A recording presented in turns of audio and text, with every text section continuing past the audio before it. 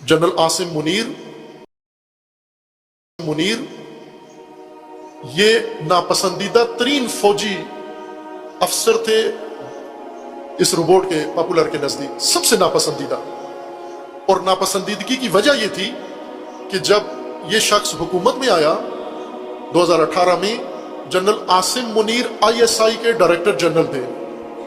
ISI جو مرکزی پاکستان کا خفیہ ادارہ ہے، سلامتی کا ادارہ ہے، جو ہر چیز کی اوپر نظر رکھتا ہے ملک کے اندر اور ملک کے باہر، تاکہ پاکستان کی سلامتی کو کوئی مشکل نہ ہو.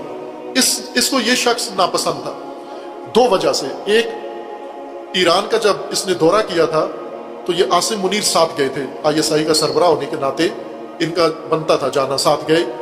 اور ایران میں جو جا کر اس نے باتیں کی اور قبول کیا کہ پاکستان کے اندر دہشت گردی، یعنی یہ اس وقت میں نے تبصرہ کیا تھا کہ یہ سارے حقائق تھے جو اس نے بیان کیے، لیکن بحیثیت وزیر اعظم پاکستان کا یہ خیانت تھی پاکستان کے ساتھ.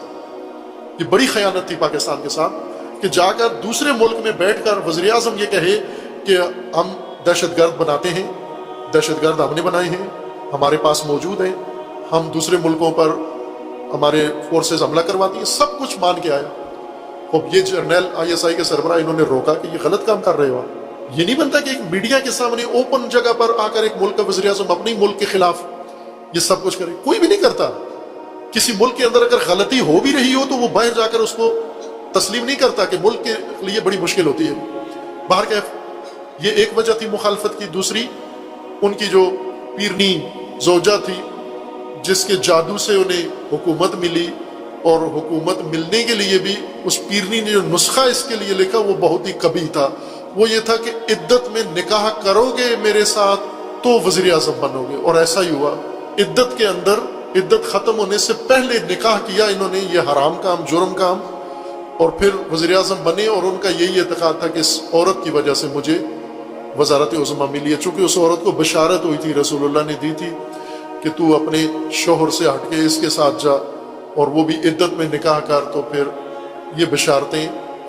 باہر کیف اس عورت اور اس عورت کے دیگر جو تعلقاتی لوگ تھے ان کی کرپشن کے ثبوت، جنرل عاصم منیر جب ISI کے سربراہ تھے انہوں نے ثبوتوں کے ساتھ، پروف کے ساتھ بتایا کہ یہ لوگ ٹھیک نہیں ہیں.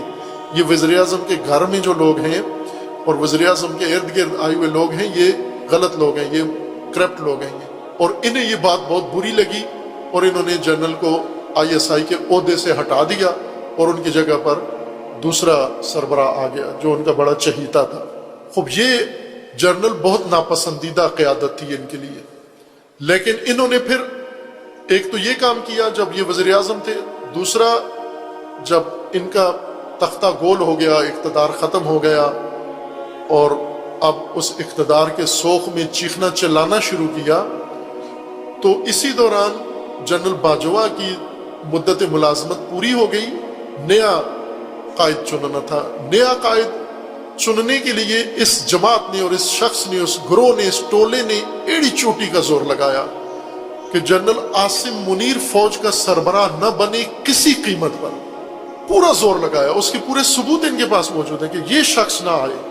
انہیں پتا تھا کہ یہ شخص اگر آیا تو پھر ہمارے لیے بہت برا ہوگا. خب یہ وہ جرنیل بھی نہیں تھا جس میں کوئی کمزوری ہو جس کو یہ خرید سکیں، جیسے فیض حمید تھا، جیسے قمر باجوہ. اس طرح کا بھی نہیں ہے یہ جرنیل.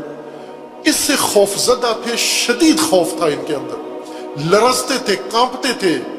عاصم منیر نہ آئے اقتدار میں، لیکن آ گئے.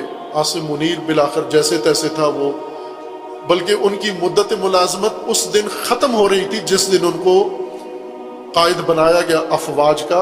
اور 3 سال جب ترقی ہوتی ہے کسی فوجی کی تو 3 سال اس کی مدت ملازمت میں اضافہ ہو جاتا ہے جب اس عہدے کے لیے، چیف کے لیے. یعنی اس دن اگر یہ چیف نہ بنتے تو اسی دن انہیں وردی اتارنی تھی، فوج سے بھی رخصت. لیکن اس وقت کی جو لوگ تھے انہوں نے بالآخر جو بھی، مجھے نہیں پتا کہ اس میں سیاسیوں کا کتنا دخل تھا اور اس میں افواج کا کتنا دخل تھا. باہر کیف انہوں نے جنرل عاصم منیر کو فوج کی قیادت کے لیے چن لیا. اور اسی وقت سے ان کے مشکلات شروع ہو گئی. اسی وقت سے انہوں نے پینترے بدلے. اب اندازہ ہو گیا تھا انہوں نے کہ ہمیں نقصان ہوگا شدید.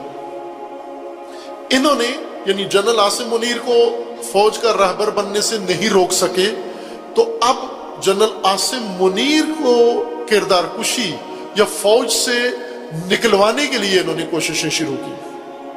یہ جو 9 مئی کو واقعہ ہوا، وہ اصل ماجرا پیچھے داستان یہ ہے، یہ کہانی یہ ہے